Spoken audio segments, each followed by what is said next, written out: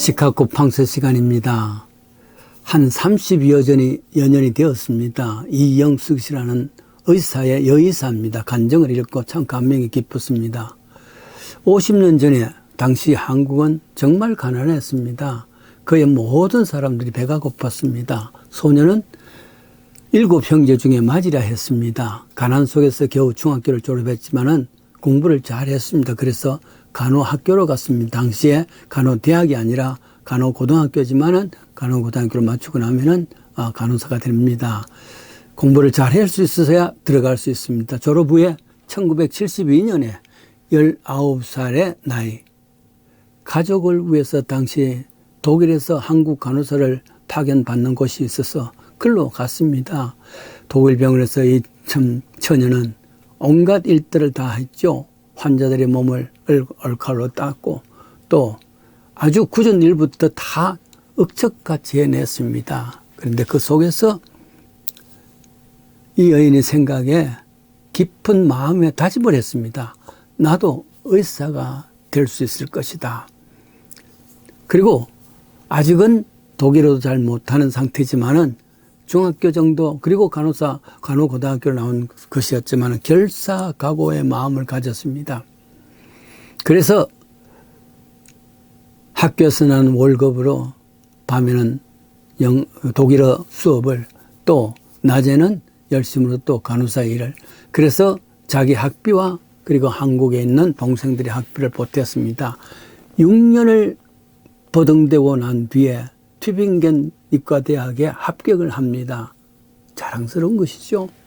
그 사이에 얼마나 고생은 많았겠습니까? 또 클래스메이트인 독일인 학생과 결혼도 가졌습니다. 가정을 이루었단 말이죠.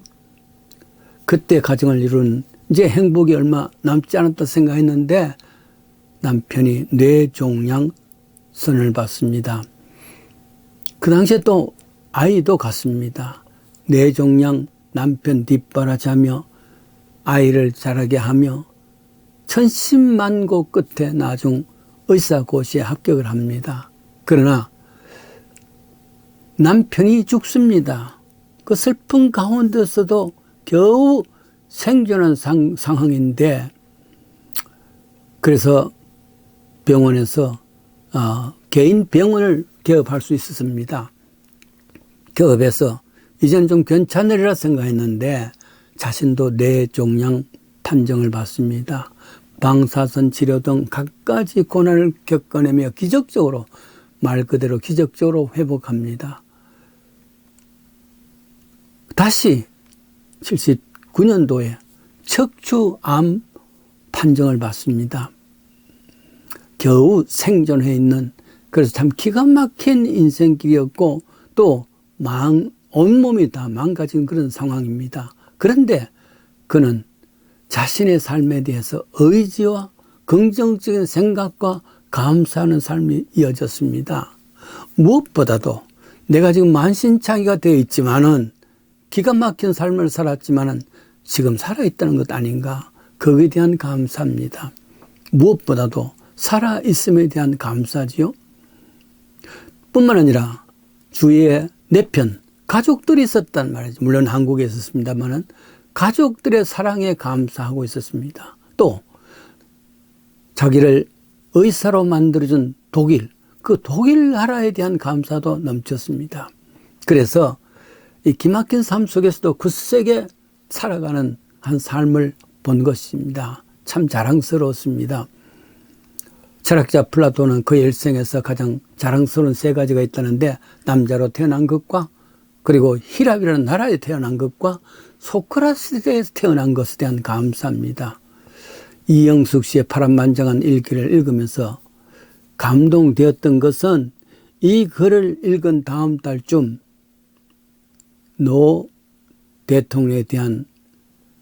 노무현 대통령에 대한 전기 유시민 작가입니다. 그의 자서전인 운명을 읽은 이후입니다.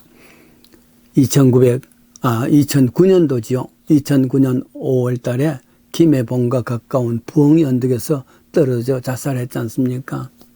물론 그도 또한 파란만장의 삶이었고 떨어질 수밖에 없는 참 많은 고민도 했을 줄 압니다. 그러나 전직 대통령의 자살은 참 기가 막혔습니다. 왜냐하면은 막 읽은 이영숙 의사에 대한 그 일생을 읽어보았기 때문입니다. 그렇습니다. 살아있음에 감사하는데 어째 스스로 생명을 포기할 수밖에 없는가? 그거지요. 포기한 그 하루의 생명이란 것은 하루라도 더 연장하고 싶다는 많은 병원의 환자들에게 찬물을 끼얹는 것 아니겠습니까? 물론 절박한 상황은 이해를 할 수 있어야 되겠죠. 시시각각 저희들은 사건들 생각하고 자존심 말이 아니고 내 생명 하나로 가족을 지킬 수 있겠다 이런 것 생각하면서 스스로 생명을 포기한 것입니다마는, 그러나 보십시오.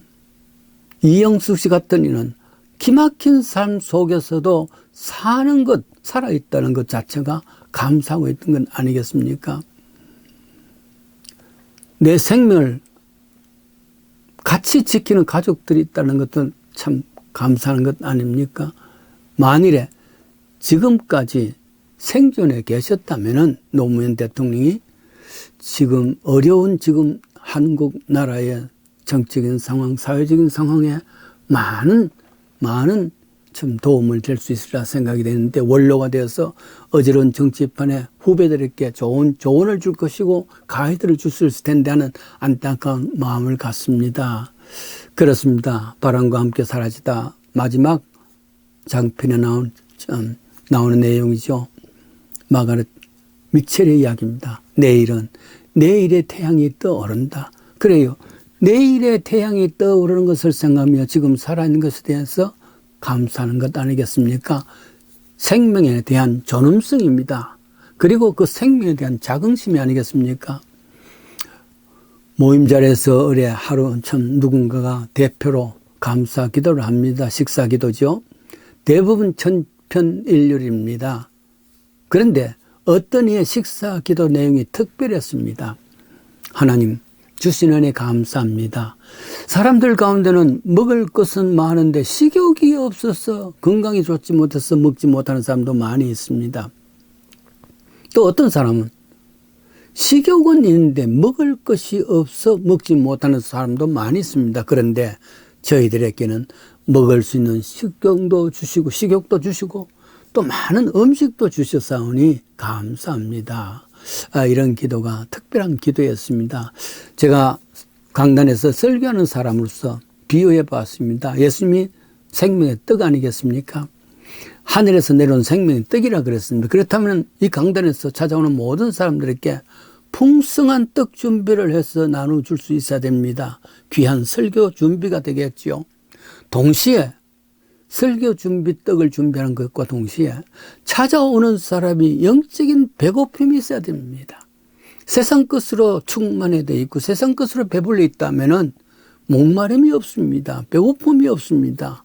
그러니까 강단에서 아무리 좋은 떡을 나눈다 할지라도 별로 반갑지 않습니다. 이미 세상 것으로 가득 찼으니까요. 그래서 심령이 가난한 자는 복이 있나니라 그랬습니다.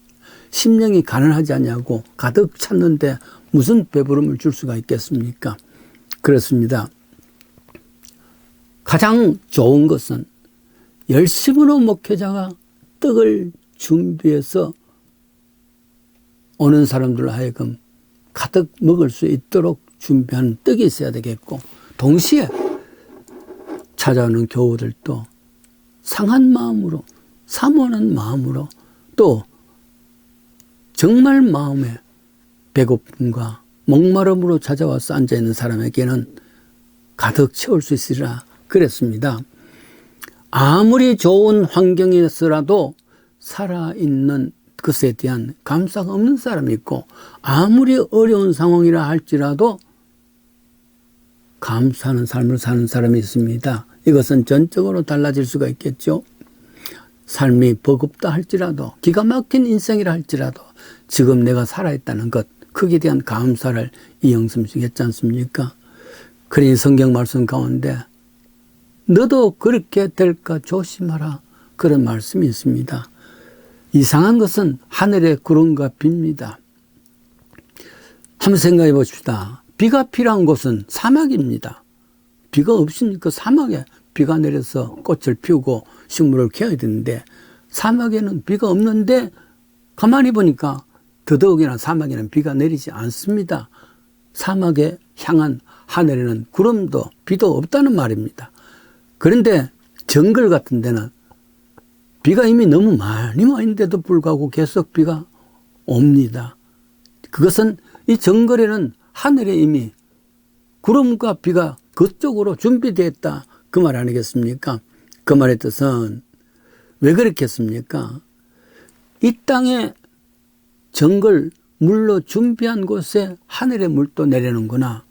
이 땅에 물이 없이 준비되지 않는 사막에는 아예 하늘에서도 내리지 않구나. 은혜 위에 은혜라는 말이 있습니다.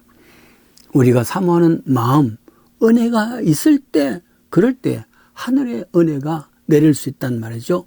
내 마음이 저 사막 같아서 전혀 준비되지 않는 것 같으면 하늘의 비가 결코 내릴 수가 없습니다. 천사가 와서 설교를 해도 은혜가 될 수가 없습니다. 수녀시인 이혜인이라는 사람, 안개꽃이라는 것이죠. 혼자서는 웃는 것도 부끄러운 한 점 안개꽃. 한데 어울려야 비로소 빛이 되고 소리가 되는 장미나 카네이션 같은 것은 그냥 꽃이지만 그것을 조용히 받쳐주는 이 안개꽃. 남을 위해 자신의 목마름은 숨길 줄 아는 하얀 겸손이 있다. 그렇다. 장미나 카네이션은 스스로 자랑스러울 수 있습니다만 그것을 뒷받침해 줄 수 있는 것, 그게 정말 전체가 어울릴 수 있는 분위기 아니겠습니까? 겸손한 사람은 있음으로 말미암아 그 공동체가 더 큰 은혜가 됩니다. 감사하는 마음이 있는 사람, 그것은 겸손이 되어서 주위의 사람들을 더욱더 감사하게 만드는 겁니다. 그렇습니다. 만약에 선 줄로 알거든 넘어질까 조심하라 그랬는데 고린전서 10장 12절 지금쯤 옷깃을 여미며 이 말씀 경청할 수 있는, 그래서 작은 안개꽃이 되어서 비록 상황은 어렵다 할지라도 감사하는 마음으로 주위의 온 사람들에게 더욱 빛나는 감사의 꽃을 피워주십시다.